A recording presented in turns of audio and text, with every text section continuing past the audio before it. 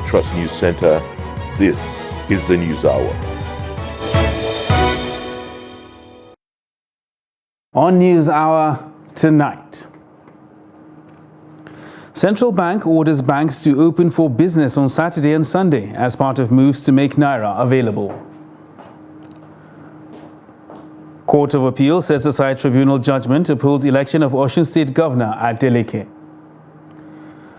Police in Zamfara State arrest suspected looters of public property after election results announcement. And on the foreign scene, DRC's President Tshisekedi reshuffles cabinet ahead of elections. Hello and welcome to Trust TV News Hour. I am Ibrahim Yusuf. Now, the Central Bank of Nigeria has ordered all commercial banks to open for operations on Saturdays and Sundays. This, according to the Apex Bank, was part of efforts to ease circulation of banknotes of various denominations. A statement signed by CBN Acting Director of Corporate Communications Department, Isa Abdul Mumin, on Friday said the evacuation of banknotes from its vaults to commercial banks across the country had begun. The statement noted that a substantial amount of money in various denominations had been received by commercial banks for onward circulation to their respective customers, even as it prevailed on banks to conduct physical operations in banking halls through the weekend. Meanwhile, the Naira scarcity continues to take a toll on residents of the Federal Capital Territory, Abuja, 2 days after the Central Bank of Nigeria directed banks to collect old Naira notes deposited at the Apex Bank branches nationwide. Point-of-sale operators are still charging, contrary to expectations, that the directive may and the resultant availability will change the situation. Zainab Arai speaks to POS operators and residents to find out why the situation remains the same. The report. Residents of the Federal Capital Territory expressed dismay on high charges by POS operators, which has made a difficult situation even worse. Even with the directives of the CBN to banks to collect the old Naira notes, people are still cash-strapped and calling on the government to do the needful. Even to see the money saved. Even to see 1,000 Naira, you then charge you 400 Naira, so you will not mind. Like me, presently 6 months I've been turning around to see whether I can even withdraw even 500 Naira accounts. I believe the government know what to do, especially the CBN. Everything is under their custody.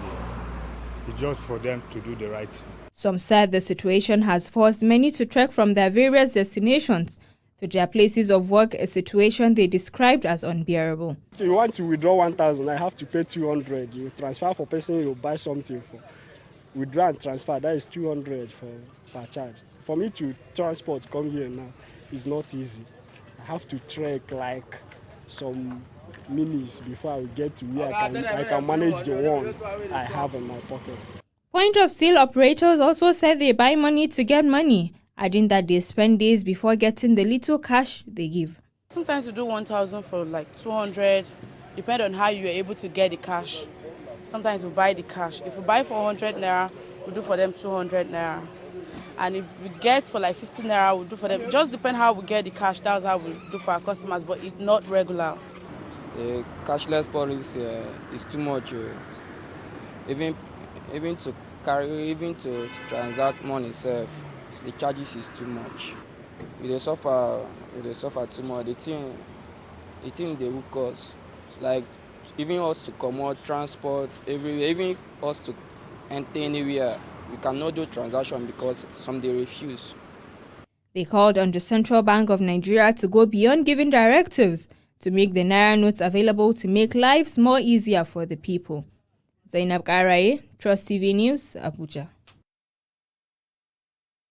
Now to politics, where the Court of Appeal in Abuja has upheld the election of Governor Ademola Adeleke as the governor of Osun State. The three-member panel of justices, presided by Justice Muhammad Lawal Shuaibu on Friday, held that the All Progressives Congress candidate and former governor, Boyega Oyetola, failed to prove allegations of overvoting against the People's Democratic Party, PDP. Following the governorship polls in the state, an election petition tribunal had sacked Adeleke from office ruling that the People's Democratic Party candidate did not score majority of lawful votes during the July 16th governorship polls. Just like the hearing on the 13th of March, the courtroom is filled with the supporters of APC and PDP in Osun State. In a unanimous agreement by a three-man panel led by Justice Muhammad Shuaib, the Court of Appeals squashed the tribunal's judgment and gave its verdict to uphold Adeleke as the rightful governor of Osun State. The court also ordered APC and its candidate to pay the sum of 500,000 naira. However, the panel dismissed Adeleke's claim that the comment by the chairman of the governorship election petition tribunal did not show bias. Judgment has been delivered in respect of all the appeals before this Court of Appeal this afternoon. They allowed all the appeals filed by the governor-elect, Senator Ademola Adeleke. He won his appeal. The PDP as a political party won his appeal. INEC as an appellant before this Court of Appeal won the appeal. So the totality of the appeal presented before the Court of Appeal herein have succeeded, and the court has affirmed that Senator Ademola Adeleke remains the governor of Osun State. The counsel to APC said they will study the judgment and make a decision later. There are so many issues involved in this appeal. Some of the issues we won, a bit more of the issues we lost. Overall, we lost the appeal. But it's so interesting that we believe that as soon as we collect the various judgments, which are all more or less the same, by Monday we would study the judgment and then make our decision. But it's most likely, because of the very interesting nature of the decisions made, that the matter will not end here. The judge faulted Oyetola and APC that they only relied on the data from the back-end server and failed to look at the voters' register, which forms the foundation of the whole electoral process, and as such cannot strengthen the allegations of overvoting. The atmosphere around the appeal court is still on an upbeat mode after the judgment. But one thing worthy of notice is the fact that cross-appeal that was instituted by the first and second respondent, that is APC and Oyetola, was dismissed. That appeal centered around the educational qualification of Governor Adeleke, and it was dismissed for lack of merit. From the appeal court in Abuja, Mardia Umar, reporting for Trust TV. And sequel to the judgment of the Court of Appeal today, the APC candidate in the election, Adegboyega Oyetola, has appealed to people of the state to remain calm.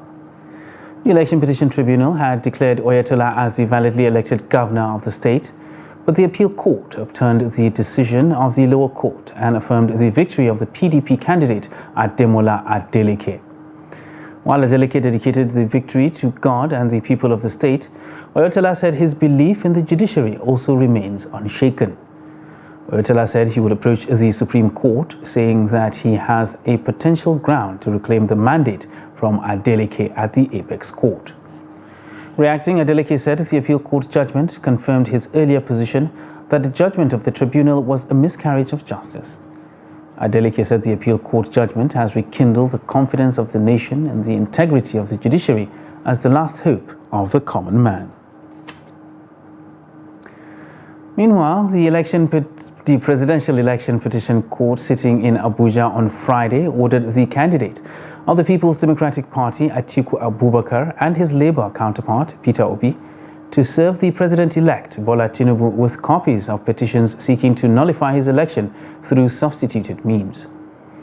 The tribunal ordered that the petitions should be served on Tinubu through his political party, the All Progressives Congress.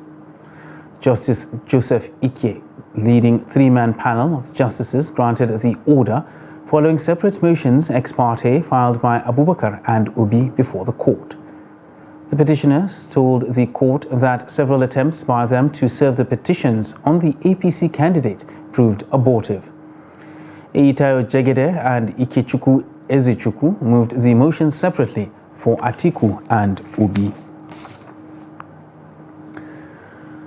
A video has emerged of the Chief Justice of Nigeria, Justice Olukayode Ariwola, walking out of the Supreme Court complex on his way to observe Friday prayers. APC Presidential Campaign Council Director of Media and Publicity, Bayo Onanuga, has on Thursday dismissed reports of a reported meeting between his principal and the CJN in London. Onanuga described the reported meeting as fake, misleading and malicious. Tinubu's election as president-elect is being challenged by the PDP candidate in the election, Atiku Abubakar, and Labour Party candidate Peter Obi, with two others. The Democratic Party and some civil society organizations have called for the immediate removal of the resident electoral commissioner of Adamawa State. They said the call became necessary to avert the alleged plans to manipulate the state governorship rerun election. Salis Lawan reports that INEC fixed Wednesday, the 29th of March, for the rerun of the governorship election. His report. Last week Saturday's Adamawa governorship election, which was declared inconclusive by the INEC, has generated a lot of controversy.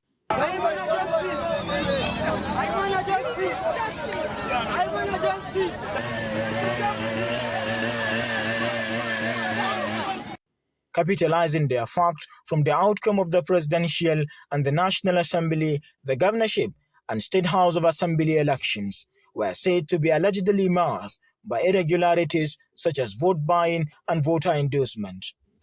My reaction was we are highly disappointed with INEC because we expected the beavers to work or function very well. I was among the few people that believe in beavers, and I thought beavers were going to bring the best of the candidates, because that is my thinking. But I was so embarrassed from the elections I had. This is the worst election I've ever seen in my life. Issues with the INEC, that is the electoral body itself, breaking its own rule of not, or rather inability to transmit some of the results of the presidential elections to its server or the IREF, as the case may be, where that has led to a lot of voter apathy, which actually bounced back on the gubernatorial and the House of Assemblies elections, where you see low turnout of voters to come and cast their votes on that day as a result of the outcome of the presidential elections. So if we continue to have these issues that are surrounding and marring our electoral processes, in time to come, people will have no reason to go out to cast their votes. Adamawa State Coalition of Civil Society Organization for Peace, Transparency, Accountability and Human Rights strongly condemn attempt by some senior INEC officials to compromise the integrity of the electoral empire. They also observed with sadness various infractions, which include the alleged use of force by the military on civilians who were peacefully gathered to exercise their civic duty. Before early, we saw a copy of a circular they sent to other political parties and stakeholders in these ongoing elections that is 69 areas. But this afternoon, we are hearing that they have sent 77 areas to their headquarters. We want to again call on the attention of the National Chairman of INEC, Professor Mahmoud, to please look into this matter. And in fact, we don't have confidence in the resident electoral commissioner of Adamawa State, Hudu. We don't have confidence in him. The results we had from our agents, we collected them all, and we are optimistic that we are the one that are winning the vote. But to our greatest surprise, the results that were being collecting the collection in the collection center were different from the results we are having from our agents. And we found out that there are malfunctioned beavers. About 15 of the beavers are empty. And we complained about it. And they did not say anything about it, that we should go to the court of law. We experienced massive vote buying. People were bought over with a token of 2,000, 1,500 and as low as 200 naira, so that they can go and cast their votes to a particular political party, be it the APC, be it the PDP, be it even the Labour Party. Perhaps there may be people who gave out money on my behalf to vote for us.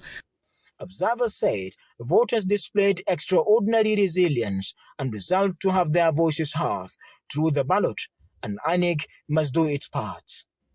Salis Lawan, Trust TV News, Yola. And still staying in Adamawa State, the Election Petition Tribunal in the state has received a total of 8 petitions on National Assembly elections held on February 25th in the state. The Tribunal Secretary, Elsie Akpabio, said this in an interview with the News Agency of Nigeria on Friday in Yola. She said that 6 of the petitions were for House of Representatives, while 2 were for Senate seats. Akpabio said that Magaji Abubakar of the All Progressives Congress filed a petition challenging the Independent National Electoral Commission, INEC, Rufai Jingi and the PDP for Maiha Mubi North and Mubi South Federal Constituency election. She said petition number 2 was filed by Yusuf Yakubu of the APC, challenging James Barka of the PDP and INEC for Gombe Hong Federal Constituency. The Secretary added that the other petition was filed by Ibrahim Usman, candidate of the APC, challenging Basi Inua of the PDP and the INEC for Ganye Jada Mayobelwa Tongo Federal Constituency election. Meanwhile, mixed reactions have continued to trail the conduct of the just concluded 2023 general elections by the Independent National Electoral Commission, INEC. While some allege that the electoral process was flawed with irregularities, rigging and manipulations of the results, others commended the process. Ibrahim Ismail reports. Nigeria's 2023 presidential election could be broadly written in the nation's history because of the tough contest between 3 major candidates, Bola Tinubu of the APC, Atiku Abubakar of the PDP, and Peter Obi of LP. However, the conduct of the elections by the Independent National Electoral Commission (INEC) has been widely criticized for failure to upload results electronically as stipulated in the Electoral Act. Speaking to Trust TV on the performance of the electoral umpire in the elections, Dr. Babayo Sule, Federal University of Kashere, said although there were some flaws in the process, the electoral body has performed well. I can assess the 2023 general elections right from the presidential, National Assembly, gubernatorial to State House of Assembly as fair and to a certain level credible. Because of course it is a consolidation upon the already integrity that is built upon in the 2015 general election. Although the 2019 election saw some setback in comparison with that of 2015. The same also with 2023, but notwithstanding the incessant lamentations, notwithstanding the over complaints, notwithstanding the rejections of the result and other things by the opposition, it is anticipated. Still, the process is fair. Dr. Babayo said despite the shortcomings of INEC in the previous elections, the flaws recorded were exaggerated by those who lost, adding that the Commission's performance was commendable. The balance that characterized some elections, particularly gubernatorial election in places like Kano, in fact, in many states, is uncalled for and is still showing that we are yet to institutionalize our democracy to a level of a peaceful conduct of election. So it is really disheartening. We give them at least 60 to 65, making B.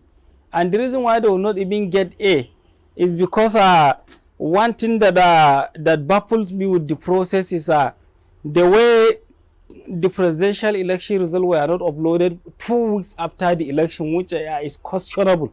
The political analyst urged INEC to learn from its mistakes in 2023 and come up with something better in the next 4 years. Ibrahim Ismail, Trust TV News, Gombe. And now to Zamfara State, where the police in the state say 40 criminals suspected to have vandalized and looted government facilities and All Progressives Congress offices and individual houses in Gusau have been arrested. A statement by the command's public relations officer, SP Mohammed Shehu, said operatives arrested 40 suspected hoodlums who looted property after the announcement of the governorship results on Tuesday. The Commissioner of Police, CP Kolo Yusuf, who led joint police and other security agencies, brought the situation under control and thereafter arrested 26 suspects in connection with the incident. The police said items recovered from the looters include 36 bundles of wrappers, 8 cushion chairs, 3 television sets, a water tank, solar panels, among others. The ongoing investigation by the police detectives led to the arrest of another 14 suspects and recovery of looted and vandalized property. The Commissioner of Police, while appealing for calm, assures of diligent investigations with a view to arresting fleeing suspects and their collaborators for prosecution. Meanwhile, the police in Nasarawa State paraded 17 political thugs arrested during the last governorship and State House of Assembly elections in the state. Also paraded by the police are 4 other suspects for alleged armed robbery and culpable homicide in the state. Abubakar Abdullahi sent in the report as presented from our studio.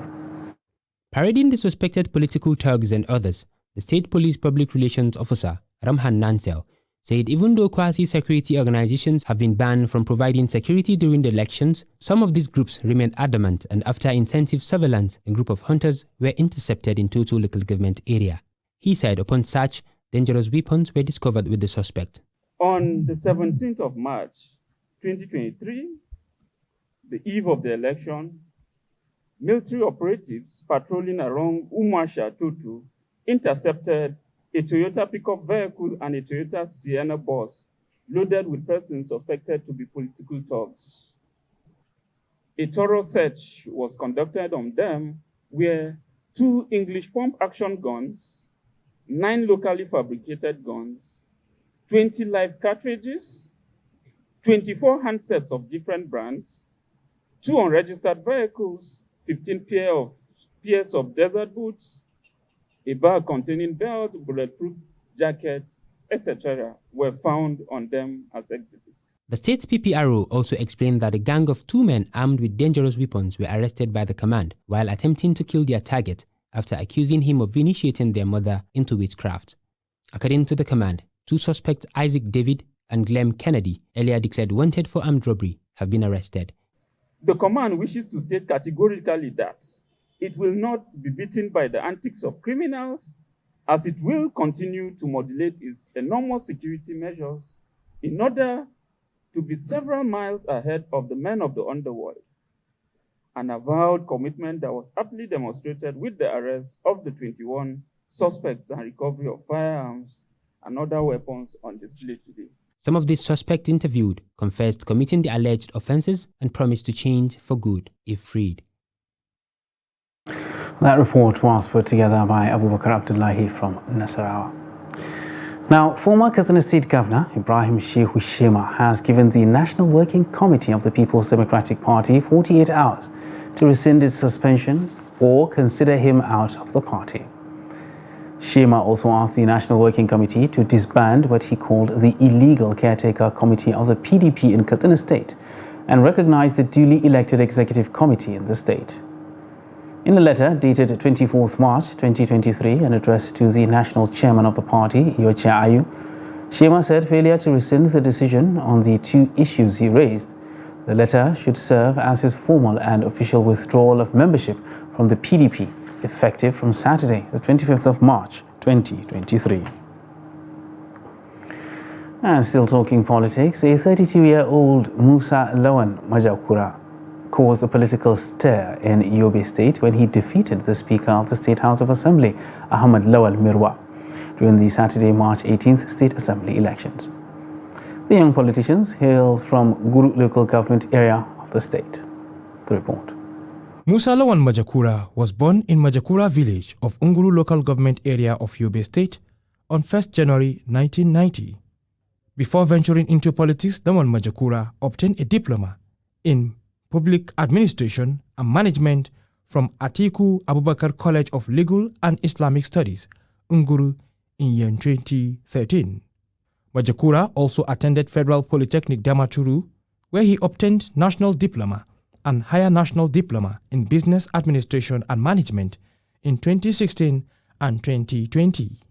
He first tasted political defeat in year 2021 when he contested councillorship seat but could not secure his party's ticket. He was however lucky in year 2023, polling 6,648 votes to defeat incumbent Ahmed Lawan Mirwa of All Progressive Congress APC and the current Speaker, Yobe State House of Assembly, who got 6,466 votes.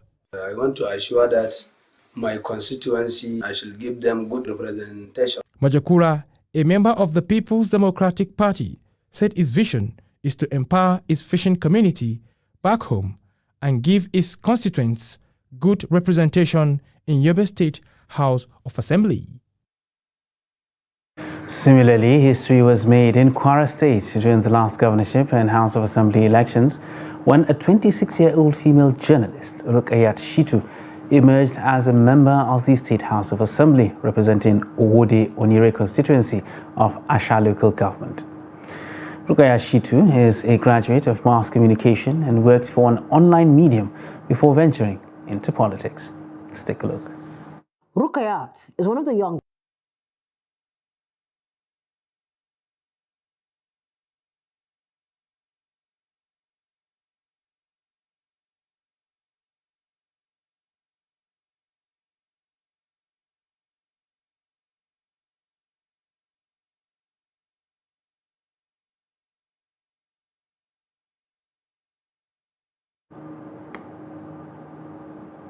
Still with us on Trust TV's News Hour. Still ahead, we'll take a stab at assessing media coverage of the 2023 elections. Details of this and more after the break. To stay with us. Are you a creative, a videographer, producer, or content creator? Trust TV is calling for entries for a short documentary and skit competition. To qualify for this entry, send your short documentary or skit of not more than 5 minutes on health or any social-related issues to creatives@trusttv.com. Using this format, title, duration, first name, phone number, and a summary of the production of not more than 1 paragraph. Winners will be engaged for production for Trust TV, and prizes will be won by the overall winner and the first and second runner-up. Opens from 19th March 2023 to 31st March 2023.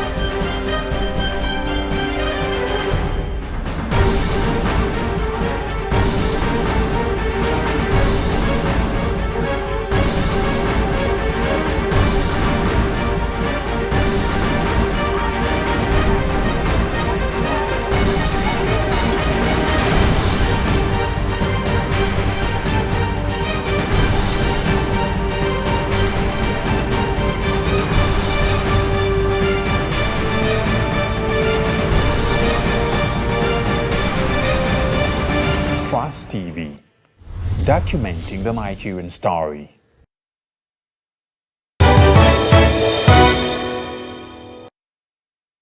Welcome back and thanks for staying with us on Trust TV's News Hour.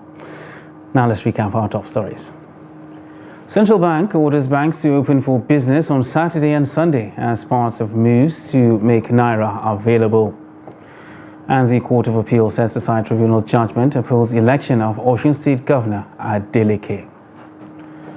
And in other news, the National Drug Law Enforcement Agency, NDLA, has commenced members and leaders of the House of Representatives for rejecting what is called another attempt to push through a bill to decriminalize cannabis cultivation, sale and use in Nigeria on the floor of the Green Chamber of the National Assembly on Thursday.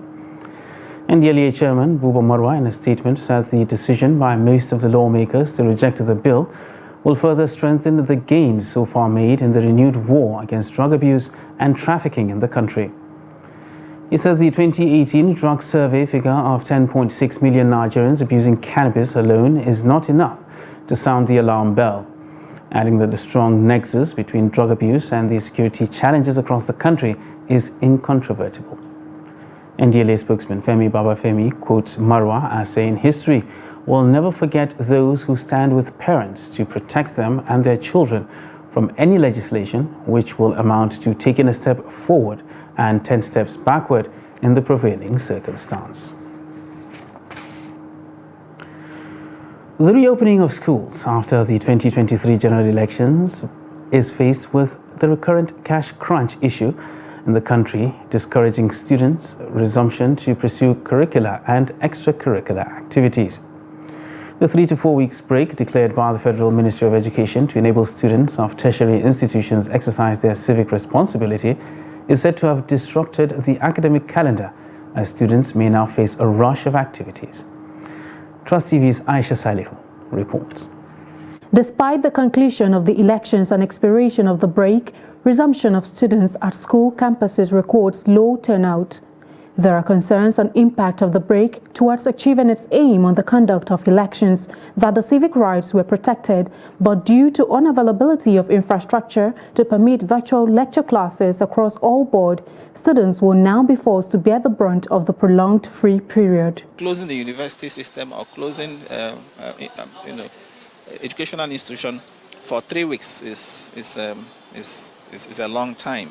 So what we should be thinking of, what we should be working towards, is to ensure that when this kind of thing happens, the session is not disrupted by putting in place alternative learning platforms that students can leverage, that can be used. To me, it wasn't justified at all, because I stay in Lagos, there was no cash, I couldn't travel back, and I was unable to vote.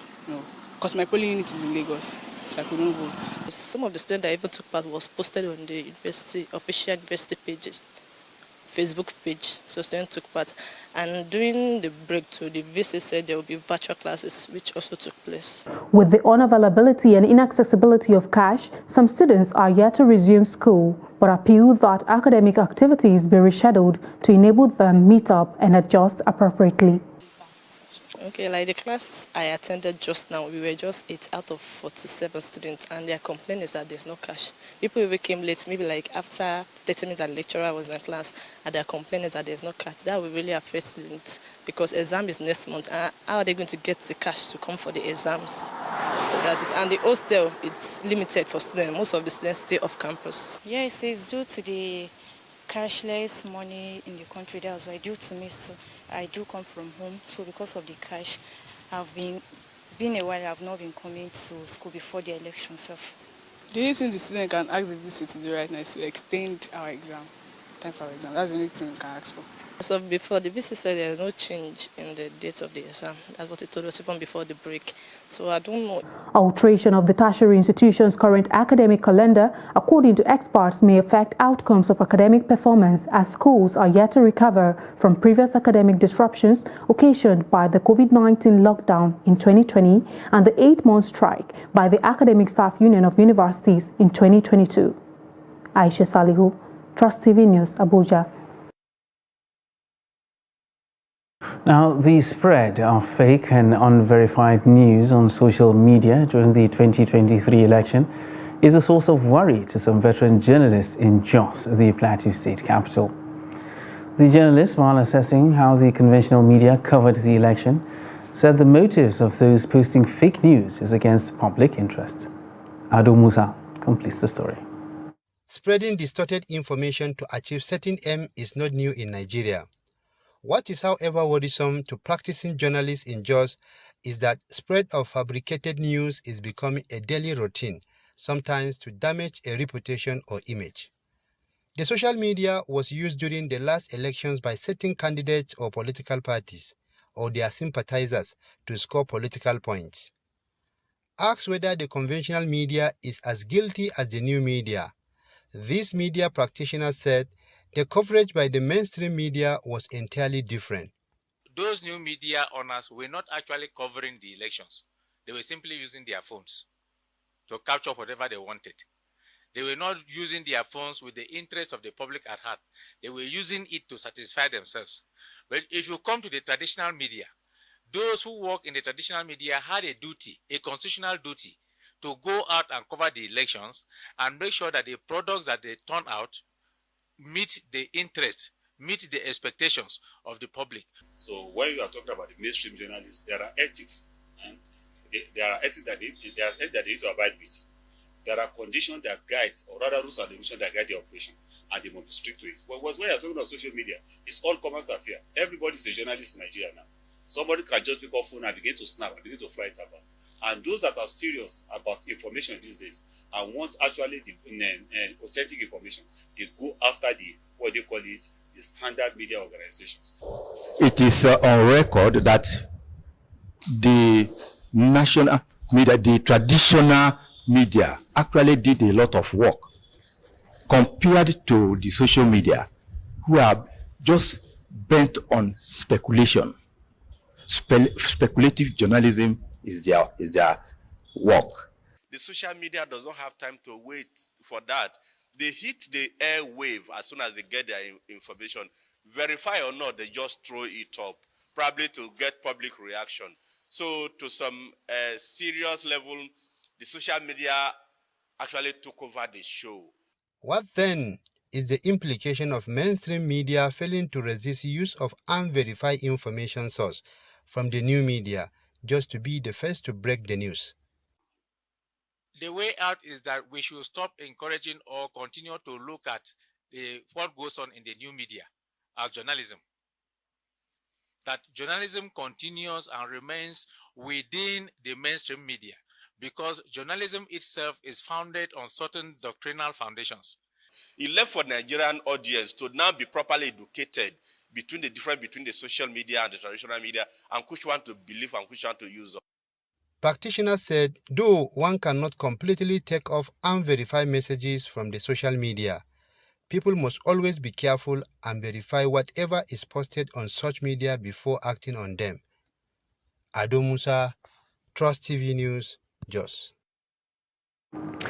And while commending the conventional media for its role, media practitioners raise concern on the activities of social media handlers, especially during the collation of results. Let's take a look. Media is always an important stakeholder during the electioneering period.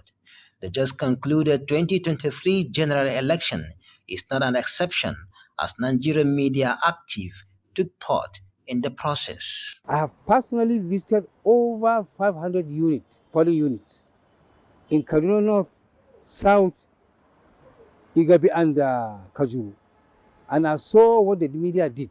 Actually, they did a perfect job, even for some hiccups here and there. Especially when results started trickling out. You find us writing results even before the Electoral Commission announced that result. But this time around, I saw a complete thing. We are very careful, especially the conventional media. I can say that the media need to improve more with the investigation. We have not done very much in the area of investigation. You only rely on what the INEC officials announce. We refuse to go deep down to find out, make finding on our own. The concerns raised by these media practitioners is the abuse of social media and the propagation of fake election results on many platforms, which could have caused rancor. What we are having on Facebook, all the social media of 18, you see them declaring results while collation is still ongoing.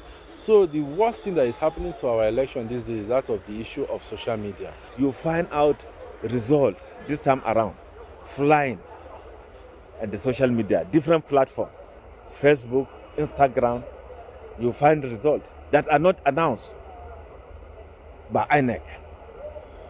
And this is very dangerous to democracy because it can spark crisis. To avoid breakdown of law and order ignited by false information on social media platforms, media practitioners say activities of users of social media must be closely monitored and countered. They cause crisis in some part of the states where you see them, people so much believed in the Facebook results than the one that is coming out officially from the INEC portal. There must be regulation like other countries. You have to regulate it. But in Nigeria, we allow the social media to report whatever they like. The propagators of this fake news should be really seriously checkmated, because I understand that they are working to serve their masters. Their masters are there behind the curtain. They hide somewhere. They'll be paying them to favor their masters because of political difference. According to them, the success of the 2023 election could be attributed to the contribution of the media in its professional and unbiased reportage of the entire electioneering period.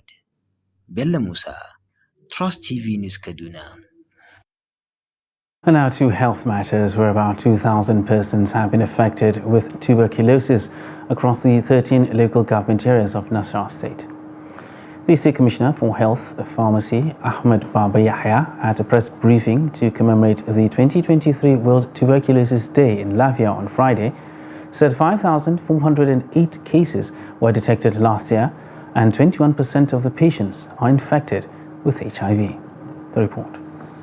While speaking on this year's theme, yes, we can end TB. Get involved. The Health Commissioner said at least 300 children of age group 0 to 14 years were detected with tuberculosis last year, noting that the state had a prevalence rate of 33 in 100,000 people. From the state and national statistics, the age group that is most infected with tuberculosis is from age 15 to 55 years. Patients comply with treatment which shows good case holding and result in better treatment outcomes. As of the end of December 2022, the state has 366 TB dot treatment and 64 microscopy centers. Efforts are on to expand the TB services to more remote areas for easy accessibility. About 300 children of age 0 to 14 were detected with TB last year, around 2022, and this constitutes about 5.5% of total TB cases detected. The national target for detection of the TB in children who are vulnerable is 12%. TB diseases has seriously negative impact on the economy generally. From the state and national statistics, the age group that is most affected with TB is from 15 to 55 years. According to the Health Commissioner, the state reported 55 drug-resistant tuberculosis cases last year, pointing out that these patients are already on treatment in both the community and the treatment center in Evangelical Reformed Church of Christ Hospital, Alushi area of Akwanga local government area of the state. Still watching Trust TV's News Hour. The news continues shortly after this break. Do stay with us. Are you a creative, a videographer, producer, or content creator? Trust TV is calling for entries for a short documentary and skit competition. To qualify for this entry, send your short documentary or skit of not more than 5 minutes on health or any social-related issues to creatives@trusttv.com. Using this format, title, duration, first name, phone number, and a summary of the production of not more than 1 paragraph. Winners will be engaged for production for Trust TV, and prizes will be won by the overall winner and the first and second runner-up. Opens from 19th March 2023 to 31st March 2023.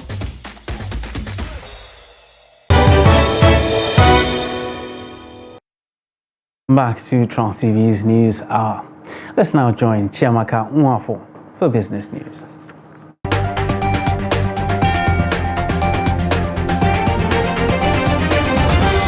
The National Insurance Commission, NICOM, says Nigeria's insurance industry generated a sum of 726.2 billion naira as gross premium income in Q4 of 2022. The Commission's Insurance Industry Performance Report for the fourth quarter of 2022 indicated that the gross premium earnings for the period showed growth of 36.3% quarter-on-quarter and 18% year-on-year. NICOM stated that the insurance sector generated the sum of 726.2 billion naira as gross premium income for the period. Adding, situation was remarkable compared to the real growth of 3.5% recorded for gross domestic product over the same period. The Bank of England has raised its interest rates from 4% to 4.25% in order to combat inflation. The rate is the highest recorded since October 2008. This is the 11th time in a row in less than 18 months that the Central Bank of the United Kingdom has hiked interest rates. On Thursday, the bank's Monetary Policy Committee MPC voted by a majority of 7-2 to increase the base rate of interest by 0.25 percentage points. The bank's MPC said it expected the surge in inflation to cool sharply in the coming months. The Bank of England follows other central banks in increasing interest rates amid persistent global inflation. And finally, in stocks.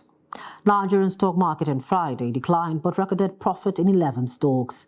The All-Share Index dropped by 0.06% to close at 54,892.53 points. Market capitalization declined by 0.06% to close at 29.903 trillion naira, thereby shedding 18 billion naira. The market break closed positive as 13 equities emerged as gainers against 11 that declined in their share prices. An aggregate of 137.6 million units of shares were traded in 2,912 deals valued at 3.9 billion naira. And that's it on business news. I am Chiamaka Nwafo.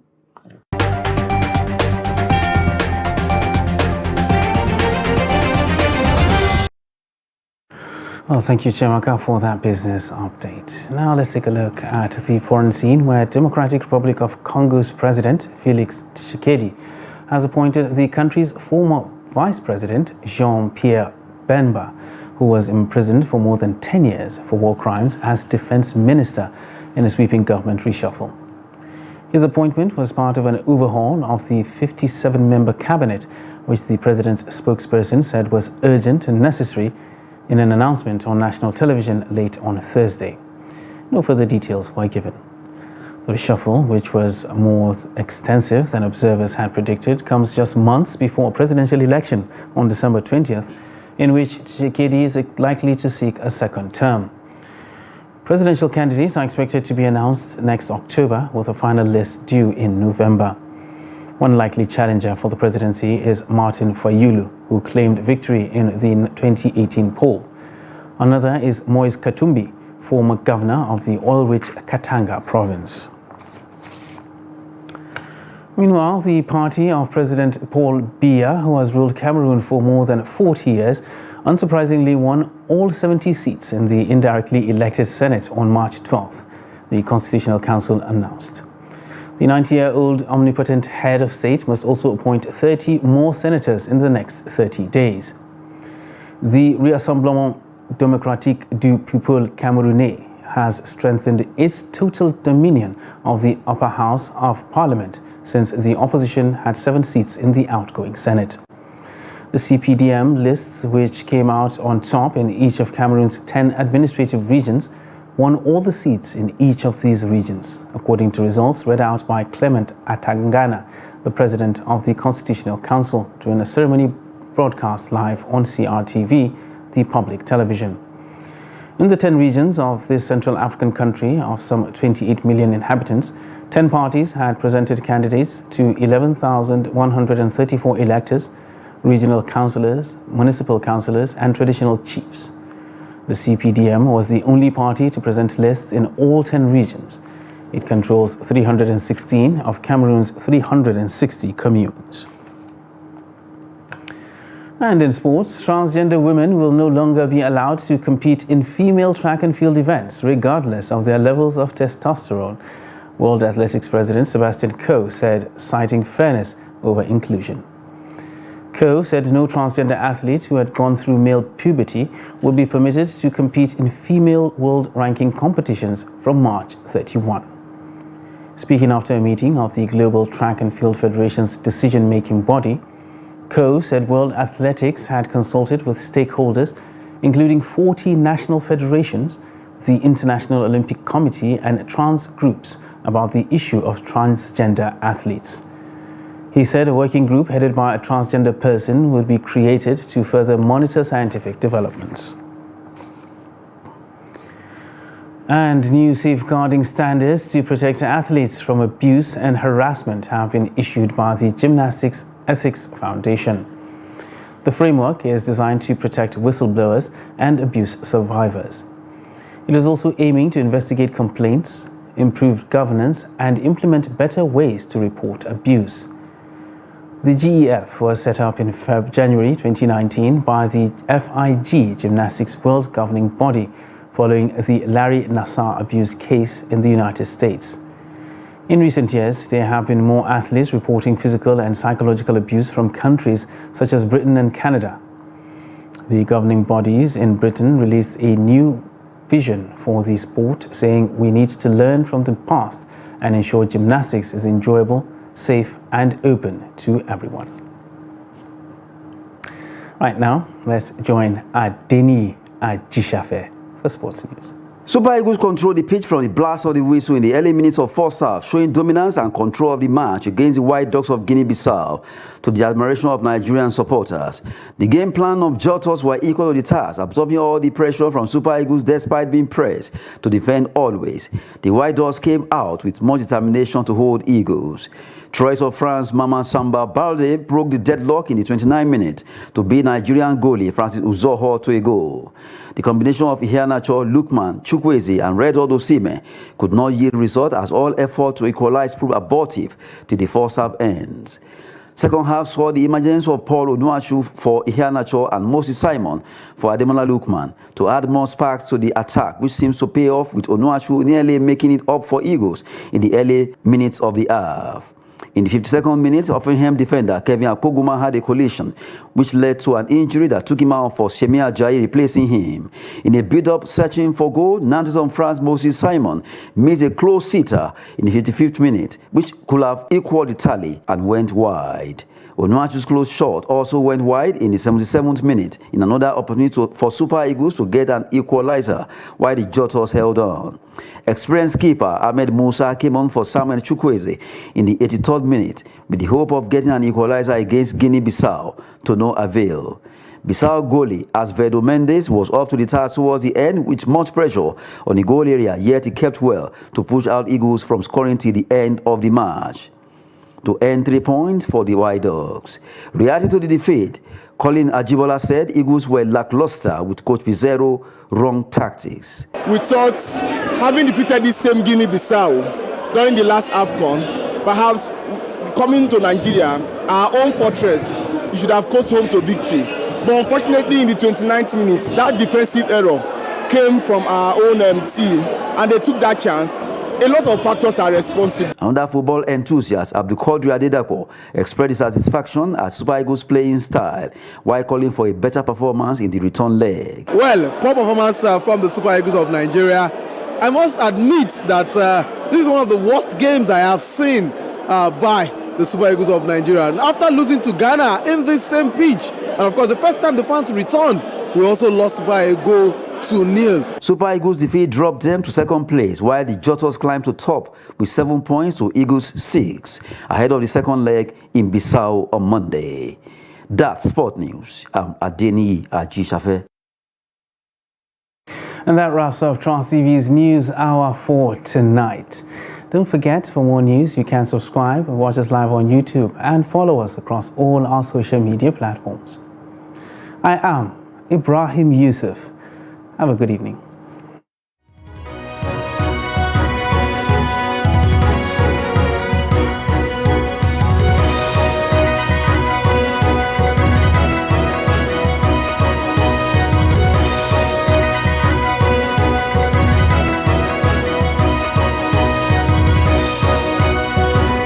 From the Daily Trust News Center, this is the News Hour.